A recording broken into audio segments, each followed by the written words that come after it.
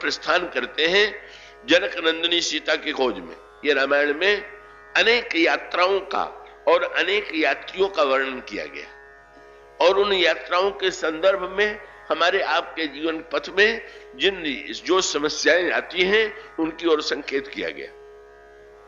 बंदर सीता जी की खोज में चल पड़े, ये भी जीवन पथ की ओर ही संकेत है। खोज किसकी है? खोज है सीता जी की, और इसका अभिप्राय है कि जीवन पथ में व्यक्ति का जो उद्देश्य है वो अंततो गत्वा शांति पाना है। सीता जी मूर्तिमती शांति है। शांति सीता समानीता आत्मा रामो विराजते, शांति रूपा सीता शांति की खोज में चले। और बंदर जो साथी थे वो अटक गए या भटक गए, वन में मार्ग भूल गए। वहां पर भी ये रामायण में वन के प्रसंग जो हैं अनेक रूपों में बार बार दोहराए गए। कि ये बंदर में मिले ही न जल वन गहन भुलाने, वन में मार्ग भूल गए और प्यास के मारे मरने लगे। और इसके पश्चात एक लंबी प्रक्रिया है। इसका अभिप्राय यह है कि संसार के अनगिनत व्यक्ति शांति की खोज में चलते हैं लेकिन संसार पथ में भटक जाते हैं। उनके जीवन में जो प्यास है उस प्यास को मिटाने का कोई साधन नहीं। ये जीव के सामने दो बड़ी समस्या है, भूख और प्यास की। शरीर के संदर्भ का भी सत्य यही है और हमारे जीवन में भी हम बुद्धि की दृष्टि से भूखे हैं, मन की दृष्टि से प्यासे हैं। और जब तक शरीर की भूख के साथ साथ मन की प्यास नहीं मिटती, बुद्धि की भूख नहीं मिटती, तब तक व्यक्ति को संतोष की अनुभूति नहीं होगी, तब तक उसको शांति का अनुभव नहीं होगा। श्री हनुमान जी के साथ चलने वाले जो बंदर हैं, कब वे बंदर भूख और प्यास से व्याकुल हो गए और वन में मार्ग भूल गए, संसार वन में भटक गए, संशय के वन में भटक गए और संशय के वन में भटकने के साथ साथ भूख और प्यास से व्याकुल हो गए। वहां पर वो यात्रा चली और अंत में एकमात्र श्री हनुमान जी ही लंका में जाकर के जनक नंदिनी सीता का साक्षात्कार करते। और इसका अभिप्राय है संसार के सभी जीवों का लक्ष्य शांति पाना है, पर हनुमान जी के समान बिरले ही ऐसे पात्र होते हैं कि जो वस्तुतः शांति सीता समानीता की कृपामयी दृष्टि को प्राप्त करके धन्य हो सके। श्री हनुमान जी वो यात्री हैं कि जो यात्री ये रामायण में दो महानतम यात्री, एक यात्री हैं श्री भरत और दूसरे यात्री हैं हनुमान। याद रखिए दोनों की यात्रा में बड़ी भिन्नता। अभी कुछ महीने पहले मैं चित्रकूट जा रहा था तो मार्ग में विघ्न आए, तो मैंने यही कहा कि भाई दो प्रकार की यात्रा होती है साधना में, भरत यात्रा या हनुमान यात्रा। भरत जी की यात्रा में किए जाहि छाया जलद सुखद बहि बरबात और तसमग भयउ न राम कहां जसबा भरत नहीं जात। श्री भरत जी की इच्छा यात्रा जो है जिसमें आकाश में बादल छा गए और श्री भरत जी आनंद से चित्रकूट तक पहुंच गए, मार्ग में रंच मात्र कोई विघ्न नहीं आया। और श्री हनुमान जी चले तो श्री हनुमान जी के मार्ग में विघ्न ही विघ्न आए। और उसका अभिप्राय रामायण का क्या है कि जीवन पथ में चलते हुए अगर जीवन पथ में सरलता से हम लक्ष्य की ओर बढ़ रहे हों तो हमें समझ लेना चाहिए कि यह भगवान के कृपा की भरत यात्रा। और अगर जीवन पथ में चलते हुए विघ्न आवे, समस्याएं आवे, तो समझ लेना चाहिए कि यह भगवान के द्वारा प्रेरित साधना की यात्रा है। बस ये दोनों सूत्र हैं। साधना की यात्रा में पग पग पर विघ्न है और कृपा की यात्रा में रंच मात्र विघ्न नहीं है। और जीवन में दोनों स्थितियां आती हैं। कभी भगवान की कृपा से सब कुछ सुलभ हो जाता है, सब कुछ सरल हो जाता है, और कभी जीवन में परीक्षाएं आती हैं, कठिनाइयां आती हैं, और उस समय व्यक्ति जो है साधक की स्थिति में उसको उस परीक्षा के लिए प्रस्तुत रहना चाहिए। तो श्री भरत की यात्रा में वो समस्याएं नहीं, पर श्री हनुमान जी एक तो सारे बंदर पिछड़ गए, कोई जा नहीं सके, उसमें एकमात्र हनुमान जी चले, और हनुमान जी ही चले तो फिर गोस्वामी जी ने वही सूत्र दिया, काट कुराए लपेटन लोटन ठाव ही ठाव बजाऊ रे। जस जस चलिए, वो जस जस चलिए दूरी तस तस तो वहां नहीं घटता है, पर ठाव ही ठाव बजाऊ रे। राग और द्वेष, शांति के पथ में दो विघ्न है। क्या हनुमान जी आकाश मार्ग से चले जा रहे हैं और नीचे समुद्र ने हनुमान जी को जाते हुए देखा। समुद्र ने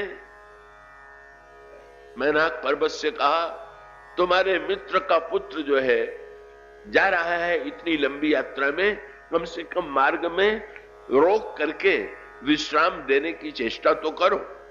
मैनाक पर्वत समुद्र के अंतराल से निकल करके ऊपर आ गया और उसने हनुमान जी को निमंत्रण दिया, जलनिधि रघुपति दूत विचारी, तय मैनाक हो ही श्रमहारी।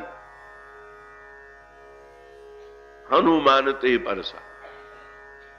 देखिए, उसका उद्देश्य बुरा नहीं था और उसका अभिप्राय है कि प्रियजन भी किसी व्यक्ति को जब साधन पथ पर व्यक्ति बढ़ता है तो कभी कभी रोकते हैं। देखा जाता है, अगर किसी को थोड़ी अवस्था में वैराग्य का सा उदय हो या साधना की ओर बढ़ने की चेष्टा करे, तो ऐसी स्थिति में परिवार के सदस्य ये कहने में तो संकोच का अनुभव करते हैं कि भजन करना, भक्ति करना ठीक नहीं है, पर वो रोकने के लिए तुरंत कहेंगे कि नहीं, भजन करना बहुत अच्छा है, भक्ति करना बहुत अच्छा है, लेकिन अभी तुम्हारी अवस्था इसके लिए उपयुक्त नहीं है, अभी तुम इसको छोड़ो, जरा तुम अभी संसार का रस ले लो।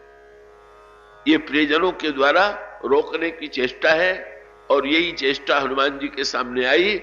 अभी पथ लंबा है, लंका तक की यात्रा करने में बड़ी कठिनाइयां हैं, पहले आइए और आकर के विश्राम कर लीजिए। और विश्राम करने का निमंत्रण जिसने दिया वो पिता का मित्र है, और इतना ही नहीं, वो सोने का विशाल पर्वत, मैनाक पर्वत का वर्णन किया गया कि वो सोने का पर्वत, और सोने के पर्वत ने हनुमान जी से कहा कि विश्राम कीजिए।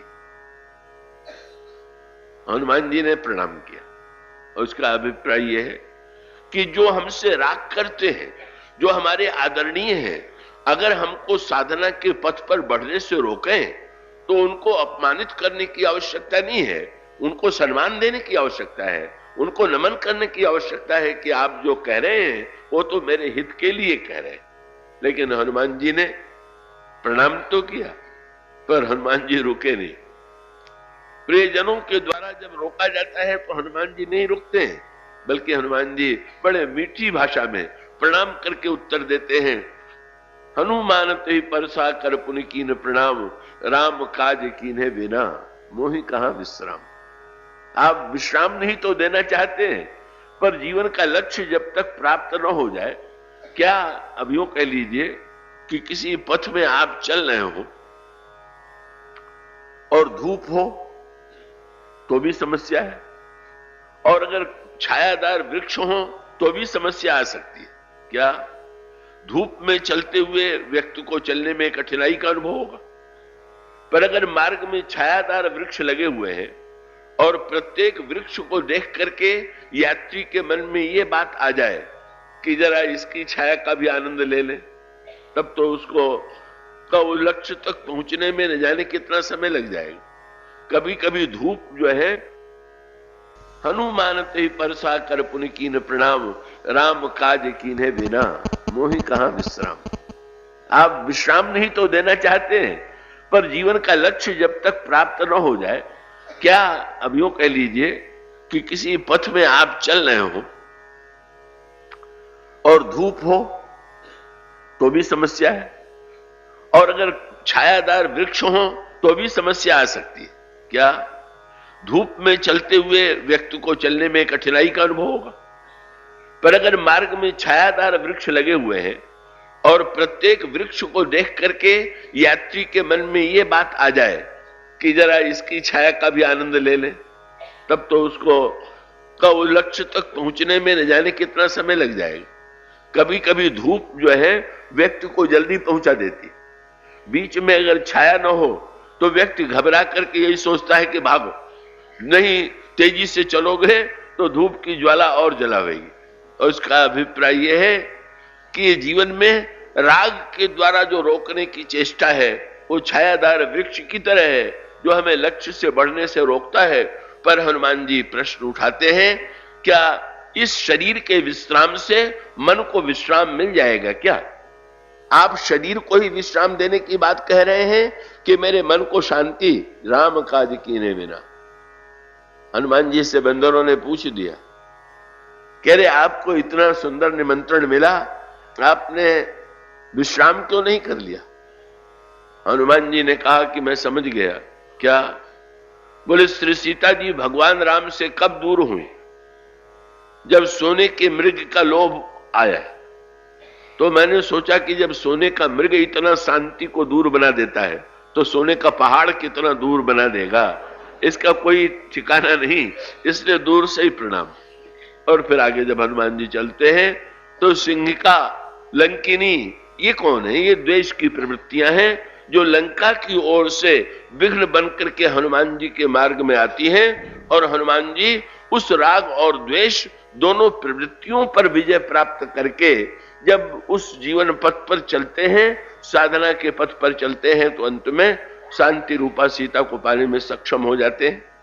पर यहां पर गोस्वामी जी ने यात्री का जो चित्र प्रस्तुत किया उसमें कांट कुराए लपेटन लोटन ठाव ही ठाव बझाऊ रे, जस जस चलिए दूरी तस तस निज बासन ठाऊ दिखाऊ रे। गोस्वामी जी से किसी ने कहा चलिए, यात्रा ही तो है, पर उन्होंने कहा जो ढोने वाले हैं उनकी भी स्थिति देख लो। क्या? अगर 4 ढोने वाले हो या 2 ढोने वाले हो और वो एक ओर ले चले तो यात्रा ठीक ठीक होगी। और डोली में 4 कहार लगे हुए हों, चारों अपनी अपनी दिशा में, एक पूरब, एक पश्चिम, एक उत्तर, एक दक्षिण, खींचने की चेष्टा करें तो यात्री की स्थिति क्या होगी? गोस्वामी जी ने कहा एक तो जो कहार है इस शरीर की डोली में वो है विषम, मन 11, 10 इंद्रिय और मन, ये इन्हीं 11 के द्वारा शरीर चल रहा। और ये 10 इंद्रियां जो हैं 10 और खींच रही हैं और मन तो निरंतर कब किस दिशा में खींचने की चेष्टा करेगा इसका कोई ठिकाना नहीं। बोले विषम कहार मार मद माते और चले ही न पाऊं बटोरा रे। अगर उनको डांटो तो काम बंद कर देते हैं। वो इंद्रियां कहती हैं कि जितनी मजदूरी है चुकाओ, और हम उतना चुका नहीं पाते। आंख को जितना रूप चाहिए, कान को जितना स्वर चाहिए, नासिका को जितनी सुगंध चाहिए, उसको देने की क्षमता व्यक्ति में नहीं है। और व्यक्ति में यदि नहीं है तो इंद्रियां, अगर इंद्रियों की आवश्यकता की आप पूर्ति न करें तो इंद्रियों के और मन का कहार जो है वो काम बंद कर देंगे। तो गोस्वामी जी ने कहा विषम कहार, और अगर इनको दे दीजिए इनकी छूट तो बोले मार मद माते। अगर कहीं पालकी ढोने वाले शराब भी पी ले, और उसका अभिप्राय क्या है कि विषय की सुरा पी करके इंद्रियां और मन मतवाले हो रहे। विषम कहार मार मद माते और चले ही न पाऊं बटोरा रे। और मंद अमंद अभेरा दलकन पाई दुख झक झोरा रे। बेचारा वो जीव जो है, वो यात्री जो है, वो इंद्रियों के इस खिंचाव में कभी आंख की ओर कभी कान की ओर खिंचता चला जा रहा है, उसको झकझोरे लग रहे हैं।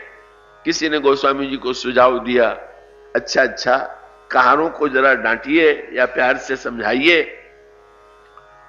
और उनको वचन दे दीजिए कि जहां पहुंचना है वहां हम पहुंचेंगे तो हम तुम्हारी पूरी मजदूरी चुका देंगे। तो गोस्वामी जी ने कहा यह भी समस्या है। मार्ग अगम संग नहीं संबल, संबल का अर्थ है राह खर्च।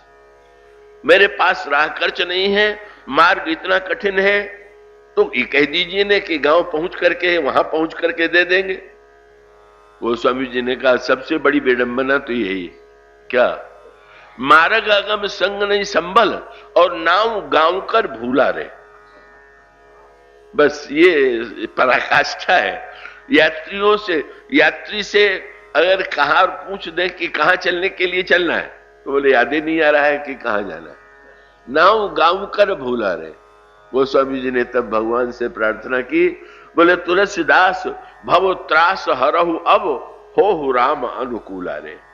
प्रभु, ऐसा जीवन पथ पर चलने वाला यात्री क्या कभी अपने जीवन लक्ष्य तक पहुंच सकता है क्या? तो वस्तुतः जीवन पथ सचमुच बड़ा अटपटा है, बड़ी कठिनाइयों से भरा हुआ है, और व्यक्ति निरंतर अनादिकाल से कितने जन्म व्यक्ति ने लिए, और जन्म लेते हुए वो निरंतर शांति और सुख पाने के लिए प्रयत्नशील है। पर बड़ी विचित्र विडंबना यह है कि शांति की खोज में चलता है तो सुख को छोड़ना पड़ता है, सुख की खोज में चलता है तो शांति को खोना पड़ता है। तो सुख और शांति दोनों ही जीवन का लक्ष्य है, और इन दोनों का सामंजस्य जीवन में कैसे हो, इसका उत्तर रामचरितमानस के द्वारा दिया गया है। श्री रामचरितमानस में भगवान का वर्णन किया गया, सुख स्वरूप रघुवंश मणि मंगल मोद निधान। श्री राम जो है वो सुख स्वरूप, और श्री सीता जी का परिचय देते हुए कहा गया सीता जी मूर्तिमती शांति।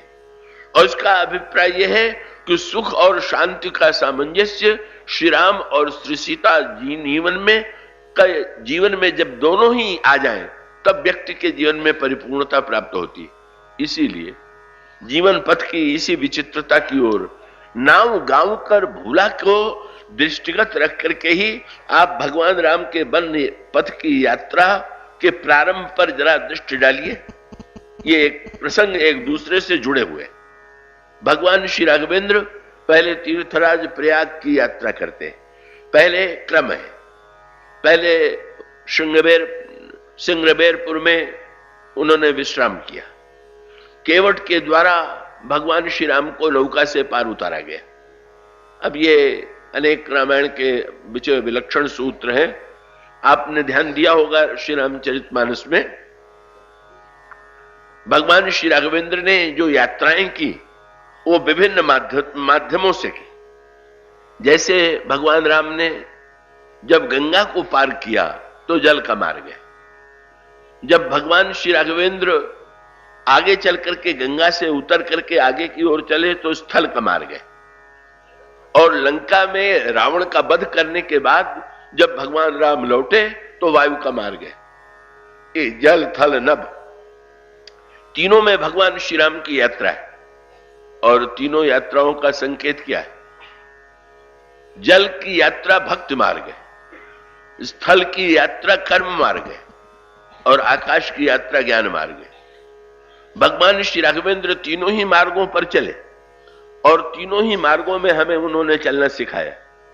अगर हम भक्ति पथ पर चलना चाहें तो चलने के लिए कैसे चलें? कर्म पथ पर चलना चाहें तो कर्म पथ पर चलने का उसकी सही पद्धति क्या है?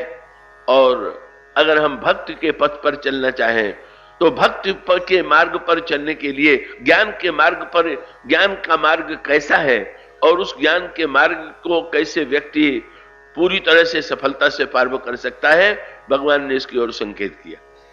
तो पहले प्रभु मिले किससे? केवट से। और केवट कौन है? जो गंगा के किनारे नौका लेकर के रहने वाला है। आप आगे चल करके केवट के संदर्भ में यहीं से देखेंगे पथ की ओर संकेत किया गया। भगवान श्री राघवेंद्र खड़े हैं। अगर इसको आध्यात्मिक भाषा में कहें तो गंगा कौन? गंगा भक्ति की नदी। राम भक्ति जहां सुरसरी धारा, सरसे ब्रह्म विचार प्रचारा। और केवट कौन है? जिसकी नौका निरंतर गंगा में डूबी हुई कोमल हो गई। ये नौका जो है वो बुद्धि है और गंगा भक्ति रस है। और इसका अभिप्राय है कि केवट एक ऐसा व्यक्ति है कि जिसकी बुद्धि भगवत भक्ति के जल में निरंतर डूबी रहने के कारण अत्यंत कोमल हो गई है, रसमयी हो गई। और इसीलिए केवट भगवान श्री राम जब ये कहते हैं नाव ले आओ, भगवान का अभिप्राय यह है कि अगर हम किसी पथ पर चलना चाहें तो आवश्यकता है पथ प्रदर्शक की और अगर गंगा को पार करना चाहे तो गंगा को पार करने के लिए केवट की आवश्यकता है। अब यहां पर केवट के रूप में भगवान श्री राघवेंद्र ने, केवट से भगवान राम कहते हैं नाव ले आओ, और आगे चल करके वो एक विशेष संवाद है, उसकी व्याख्या करने की अपेक्षा नहीं है। अंत में भगवान श्री राम से केवट ये आग्रह करता है कि मेरी नौका जो है, आप में पत्थर को चैतन्य करने की शक्ति है, मेरी नौका को कहीं आप मुक्त न कर दीजिएगा। तो रामायण में भक्ति के पक्षपातियों का मत ये बताया गया, अस विचार जे परम सयाने मुकुति निरादरी भगत लुभाने। ये जो भक्ति मार्ग के आग्रही हैं, ये मुक्ति नहीं चाहते, भक्ति चाहते। तो केवट जो है मुक्ति का पक्षपाती नहीं, बोले महाराज मेरी नौका को मुक्त न कीजिए। और इतना ही नहीं, केवट तो इतना विचित्र है कि भगवान से आगे चल करके जब प्रभु ने पार उतारा, प्रभु को केवट ने पार उतारा और प्रभु उतराई देने लगे, तो केवट ने कहा अभी नहीं, लौटते समय आप जो देंगे मैं ले लूं। केवट का भाव क्या था? केवट ने संकेत ये किया कि आप भी संसार सागर से पार उतारते और मैं भी भक्ति गंगा से पार उतारने वाला हूं, पर आप में और मेरे पार उतारने में अंतर है। क्या? का आपके पार उतारने में व्यक्ति जो है जन्म मरण के आवागमन के बंधन से मुक्त हो जाता है। यद गत्वा निवर्तन्ते तद्धाम परमम मम, व्यक्ति आवागमन से छूट जाए, इसी को शास्त्रों में मुक्ति बताई गई। केवट ने कहा कि महाराज आप तो आवागमन से मुक्त करते, पर भक्ति की गंगा में रहने वाला, जिसकी बुद्धि भक्ति के रस में डूबी हुई है, वो स्वयं तो मुक्ति चाहते ही नहीं, वो चाहता है कि आप भी बंधे रहें, आपका भी आवागमन बना रहे। अगर आप अभी देख के चले जाएंगे तो फिर लौट के नहीं आवेंगे, और अभी बिना दिए जाएंगे तो लौट के आना पड़ेगा। तो प्रभु हम चाहते हैं कि हमें तो आवागमन का आनंद दीजिए। और प्रभु मौन होकर के केवट की बात को स्वीकार कर लेते। उसके बाद केवट ने उतर करके दंडवत किया। दंडवत करने के बाद प्रभु से केवट ने प्रस्ताव किया, क्या? बोले आप मुझे साथ में ले चलिए। क्यों? तो केवट ने भगवान श्री राम से कहा कि आपके सामने दो समस्याएं आने वाली है। क्या? एक तो आप वन पथ में जा रहे हैं और वन पथ से आप परिचित नहीं।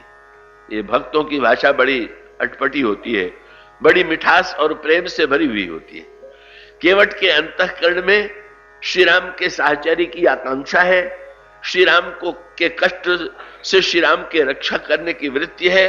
केवट भगवान श्री राम से कहता है आप मुझे ले चलिए, क्योंकि आपको दो आवश्यकताएं हैं और उन दोनों आवश्यकताओं की पूर्ति मैं करूंगा। कौन सी? बोले नाथ साथ रही पंथ दिखाई। क्या बिना मार्गदर्शक के ही पहुंच जाइएगा? क्या आप मार्गदर्शक नहीं चुनेंगे? तो मैं स्वयं प्रस्ताव करता हूं कि आपको मैं मार्ग बताऊंगा, और उसके पश्चात जब मैं वहां चलूंगा तो दूसरी समस्या आवेगी। अभी तक आप नगर में रहने के अभ्यस्त हैं, इसलिए मार्ग से परिचित नहीं, और दूसरी ओर आप महलों में रहने के अभ्यस्त हैं, आपको कुटिया बनाना तो आता नहीं। तो ये दोनों काम मैं करूंगा। नाथ साथ रही पंथ दिखाई, करी दिन चारी चरण सेवकाई, और जेही बन जाई रहब रघुराई, पर्ण कुटी में करब सुहाई, पुन मुनि कह जस देव रजाई, सोई करियो रघुबीर दुहाई। आपको मार्ग दिखाऊंगा, वन में ले चलूंगा, और वहां पहुंच करके आपके रहने के लिए कुटिया बनाऊंगा। उसके बाद तो तुम लौट आओगे ना? बोले फिर आप बाद में समझ लीजिएगा, अगर आपको बाद में भी मेरी आवश्यकता का अनुभव हो तो रख लीजिएगा, और अगर आप यही आग्रह करेंगे कि तुम लौट जाओ तो मैं लौट भी आऊंगा।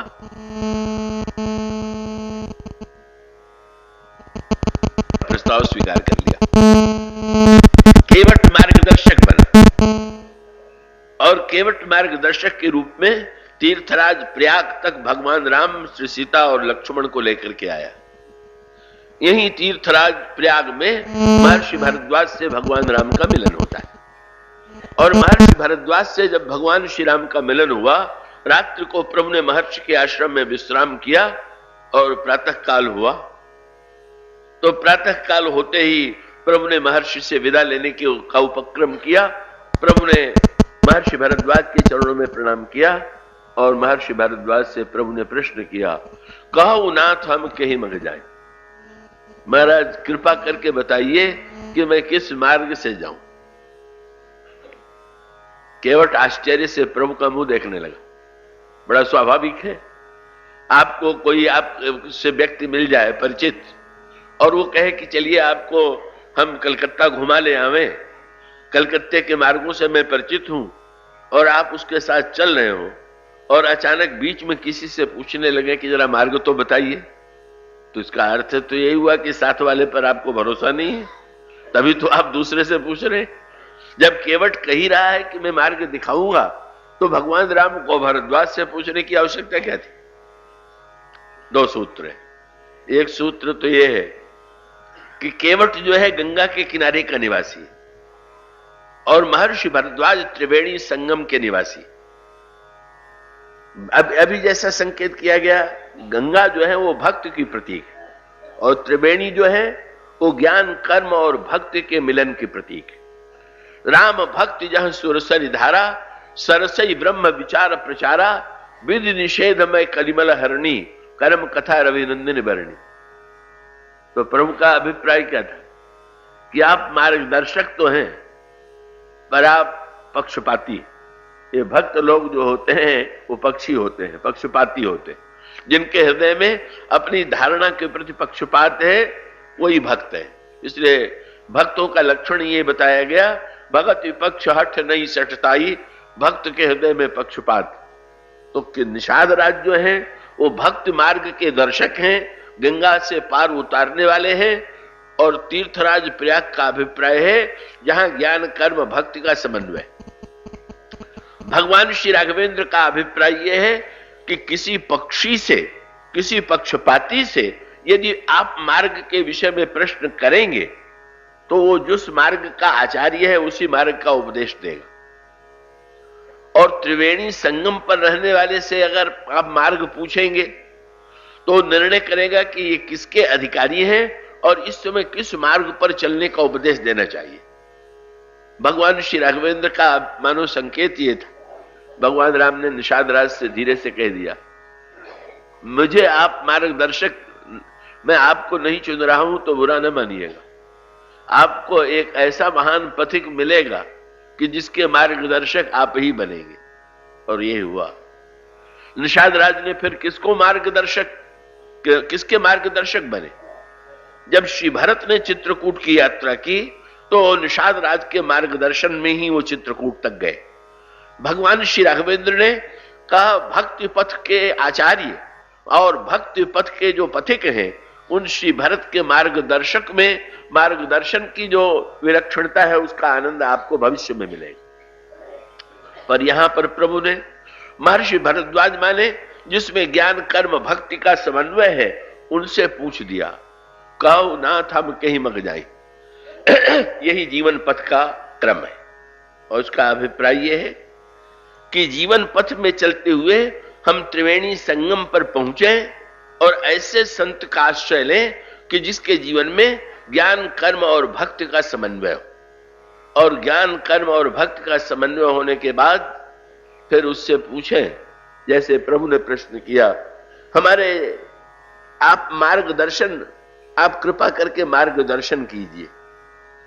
ये मार्गदर्शन जो है, यहां पर भी गोस्वामी जी ने वही संकेत किया।